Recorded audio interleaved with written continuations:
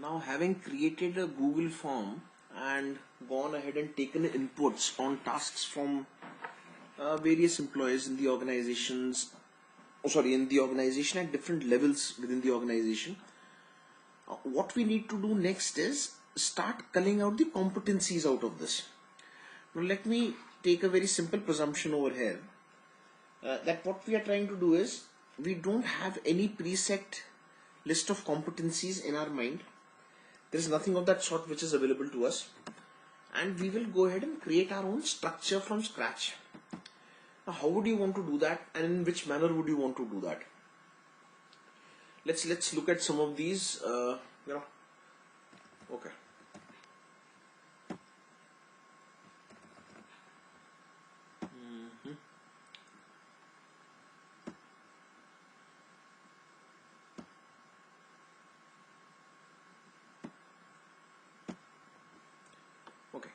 Now, what I've basically done over here is I have a very simple structure in place, which is both forward looking and let's say some kind of vertical depth to that competency structure is there. It's not a flat structure. Let me explain to you with a little example what I call flat and what I don't call flat over here for this purpose of this discussion. Let's say this is my current state of affairs, whatever it is, whether I am a team lead or say I am a manager. This is my current state of affairs. These are my BAU tasks. We call them the business as usual tasks in normal parlance. These tasks I have are say 1 to 10, and without completing these particular tasks there is no way that I am getting through my day. Now, some of these tasks can be segmented into say things that I am doing for my own self, my own particular tasks, whatever they might be, in which I am not necessarily impacting anybody in the team, neither am I impacting any customers, and nothing else am I impacting in my environment, but I am doing some task. So the first thing that comes to my mind is, what kind of task could I be doing which just involves me, does not involve my customers, does not involve my team members, does not necessarily involve anybody else in my team. So is that the kind of task I should be doing within the organization? I am not sure. Okay, so let's say this C denotes my customers, this T denotes my team, say this D over here denotes my department or the org in general, and let's leave this blank for now. I would want to denote maybe a cost factor of whatever it is that I am doing or not doing. So if I am not doing, maybe a missed opportunity cost, and let's just for sake of simplicity and to maybe introduce this to you later, let me just call this a balanced scorecard, the one that I have just created in front of you. So basically 4 dimensions in which my tasks I can plot, and I can say okay fine, so the own is a question mark, but here are tasks which I am doing from a financial impact perspective. So either to let's say impact the top line, right, the top line, or the bottom line. Sorry, this I am not very proficient with this. Okay, so let's say I am trying to impact the top line or the bottom line. So this being my top line, this being my bottom line. This is basically revenue generation that is happening over here, and this is basically you saving money. So your savings are basically your bottom line, and revenue generation is your top line. Okay, now let's say there are a couple of tasks which are available over here in revenue generation and saving. Now the third which comes to my mind, the third say the bucket could be my team, and most importantly it could be my team's development, right? So the team development could be my third bucket. And now that you've got my drift, I'll get back from this little sketch that I was doing to my Excel sheet. Now the first dimension that I have over here is self-management, which is not only managing my own tasks, the first dimension which I mentioned over there, the own, but also developing my own self. Now very simple examples could be some kind of oral communication which is being done, right? That is one. The second could be some kind of written communication, some presentations or something to that effect. Then planning and organizing work for my own self, for my team. This is self-management. So it will be, again, see, that's how this can get a little confusing. So let's just focus on the self-management piece right now. Planning and organizing work. Arrange and perform own tasks efficiently is what I'm looking at. Then I say time and task management. Again, similar to what is on top. This is more of planning and maybe strategy piece, and this could be the execution piece. When I say prioritize according to need, understand importance and urgency, and execute them. Now, what are these levels that you see over here? Let me remove some of these processes. Now, let's presume there are different level of folks within the organization. Within say a certain group of leaders, say from your team leads right up to your assistant managers could be one group, say from your managers right up to your senior managers could be another group, and senior managers plus could be the third group. So let's look at this. We'll say TL to AM, we'll say manager to senior manager, and this could be senior manager plus. Now, having done this, do you presume that the level of these particular competencies would be similar for all? Or let's say if I were to ask you, give me top 5 most critical or top 3 most critical for each level. Do you presume at each of these levels, these competencies would have the same weightage?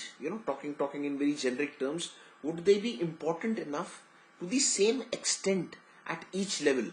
Maybe not. So something which is as basic as oral communication might be required by your team leads and your managers to a greater extent, your assistant managers to a greater extent than maybe your managers and senior managers plus. Okay, I'm just taking a presumption. Now you could say no, in my organization it is different, but when I think of the organizations that I have worked with, probably it will work out to be this way. Okay, then communication, presentations. Okay, fine, agreed. To a certain extent, they would matter both.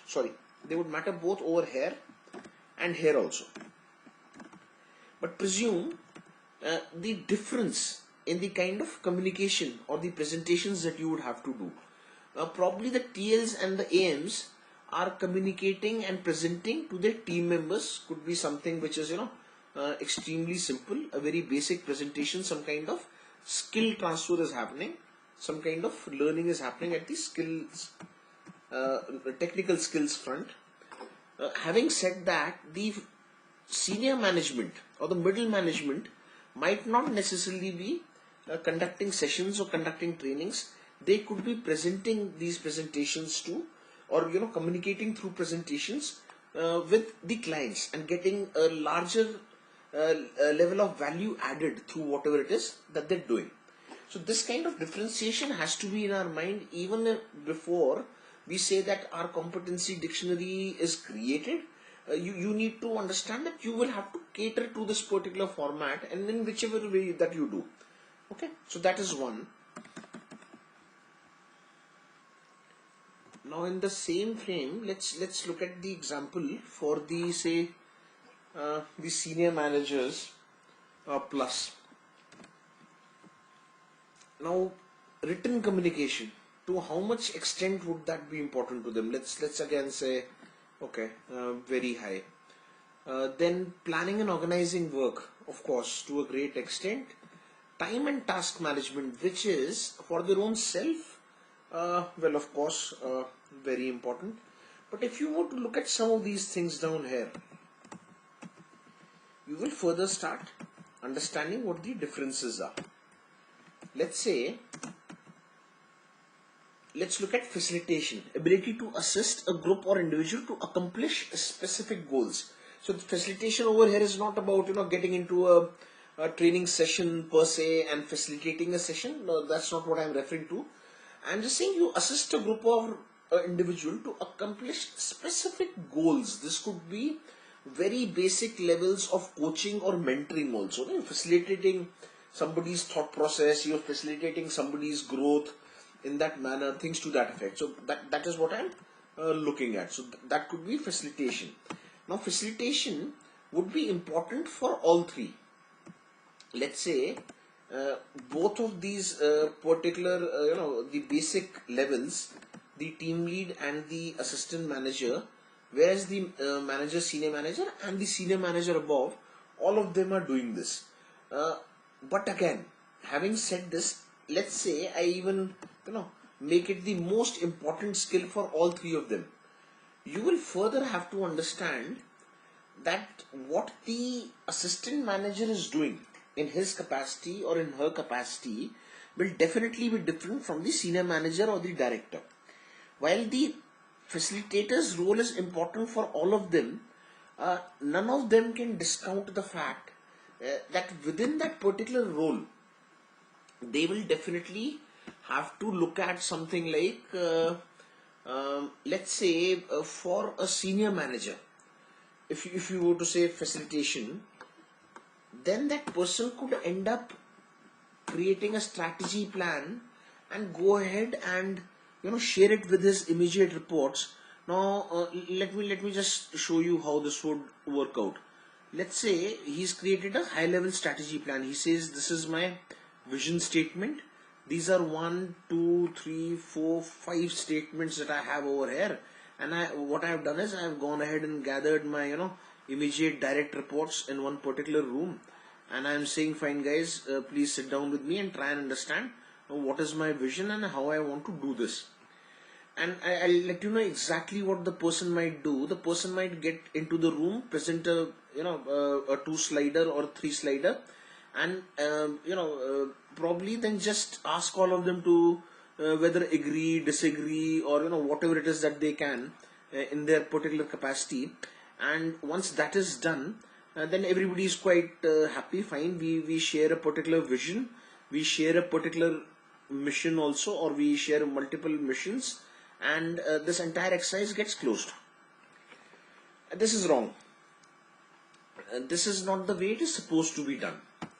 So there are other methods of getting some of these things done, wherein you would want to firstly get into some kind of collaborative discussion. When I say collaborative discussion, I am not necessarily saying that let anybody propose absolutely anything and take the vision of the organization in a different direction altogether. No, that is not what I am saying. So the first point being, take down everybody's views. Get into a brainwriting kind of a situation. So brainwrite whatever comes to your mind. Second step would be put up these little sticky notes on the wall and start collating the ideas which are similar into one particular group. Let's say that we have been in a particular line of business for a while, and there's a lot of pressure in the organization now to diversify. So let's say they want us to diversify into some kind of environmental applications, or some kind of environmental conservation kind of work.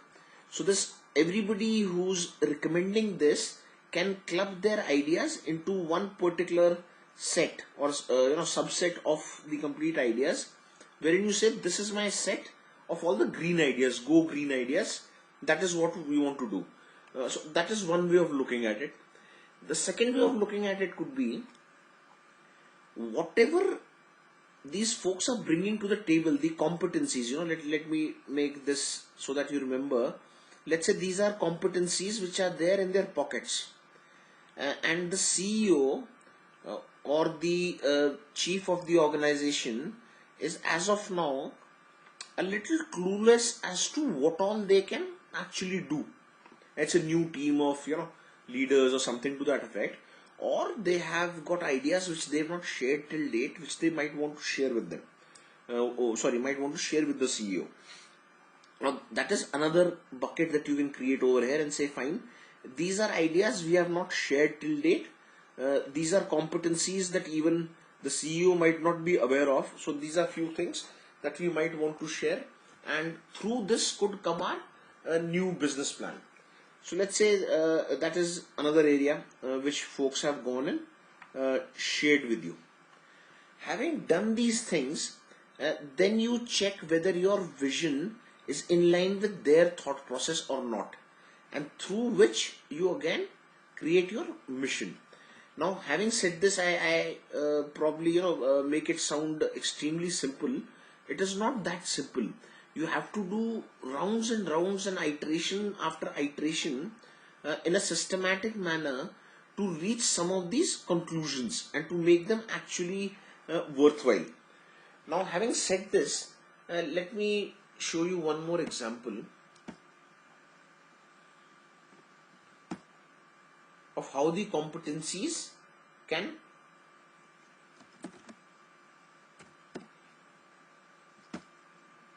further be facilitated. Now we have our four categories here. One is self-management, the other is team management. So these two are quite simple. You can understand what is there, and once you read this, competency structure, I'm sure you can create something of this sort yourself. The other two that I'm looking at is task management and innovation. Now, if you were to notice under task management, I have given a whole lot of a scope to go ahead and create lots of points. Keep on going ahead and creating these. Reason being because this is your transactional things which you are involved with every day. If you are not to be involved with these things, probably your business would not run. Let's say data collection is one of your responsibilities.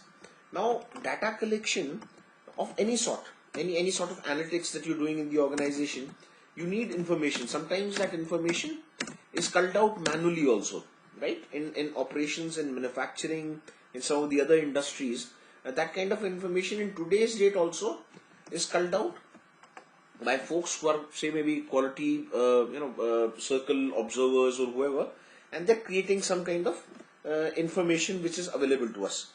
Now what I need to understand from you is, do you think the highest level in the organization would also be involved in this exercise, wherein they're collecting basic data to try and understand what is happening and recording that data and assessing it for accuracy and things to that effect? Maybe not.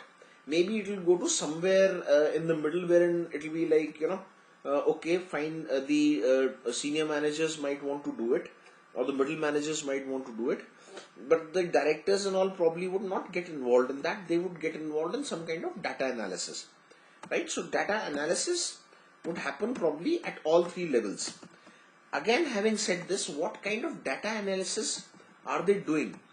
Is it very basic analysis wherein you are saying, fine, a certain transaction was done the way it was supposed to be done or not done, and you're going ahead and creating some kind of inputs? Or is it a situation wherein you are getting dashboards of from various locations? This input is coming into you, and having said this, could be various locations, could be various departments, could be various other areas within the organization. You could even have dynamic kind of dashboards which get updated as and when certain trends are changing, or certain things are changing within an organization. And this is what these senior most folks, or the level 3 in our competency structure, would be interested in. Having said this, the other thing to look at is daily transactions, daily sales, hourly sales. Sometimes there are organizations who are tracking sales figures which are being achieved on hourly basis also. So that would probably fall under the team lead's perspective. So that kind of analysis the team lead has to do. Now what you need to tell me is, do you believe that this analysis which the team lead is doing versus the analysis which is being done by your senior directors and all, do you think the competency, the skills, the knowledge which would be required for this, would they be the same or will they not be the same? They obviously will not be the same, which means you need to take cognizance of this situation and you need to go ahead and cater for that kind of learning in that manner. But if you do not list that down and if you are not aware who are the people in my organization who are doing data analysis in a certain manner versus somebody else who's doing it in a different manner altogether, you will not be able to firstly hire them with the requisite competence. Secondly, you might not be able to find out the gaps which are there in their performance from the time that they join. And thirdly, you will not be able to train them or upskill them to reach the next level. So what I'm basically suggesting very clearly is a 3-step ladder. Forget anything more than that. To begin with, just create a 3-step ladder wherein you will go ahead and create these different gradations or buckets or different levels, wherein you will say this is my basic level of a people manager. My junior most people manager is at the team leader level, as an example. My middle management, again people managers, are somewhere over here, and my senior most folks, again people managers, are at say level 3. Once you've done this and you have defined specific competencies for all 3 of them being different because of the roles being different, the responsibilities being different, the level of knowledge being different. Having said all this, you will also have to very clearly define as to what a person at level 1 will have to do to reach level 2. What is it that he or she will have to do to reach level 2, and from level 2 how will the person reach level 3, and the dimensions that you will clearly have to mention and define will be the time required to achieve this and the kind of learning required to achieve this. So presume if someone's here in today's date, how will he or she move here? How much time, with what all training, with what all say coaching, mentoring, whatever it is that you want to do, how will that happen? So that is one thing that we really need to focus on and keep at the back of our mind while initially we are creating things. That is one. The second is, having kept this in the back of our mind, let's now look at the 4th dimension, and why I mentioned this as innovation, and then I mentioned 2 very generic things over there. We can add further on to this and we will see how that is done. Let's say we were to just look at change management and process improvement. Now both of them being related, so let me say people change management. Yeah, people side of change management. What will you do? How will you change your practices over a period of time that you can bring positive change in the organization by driving people side factors? Now let me explain this to you. Let me take a minute and explain this to you.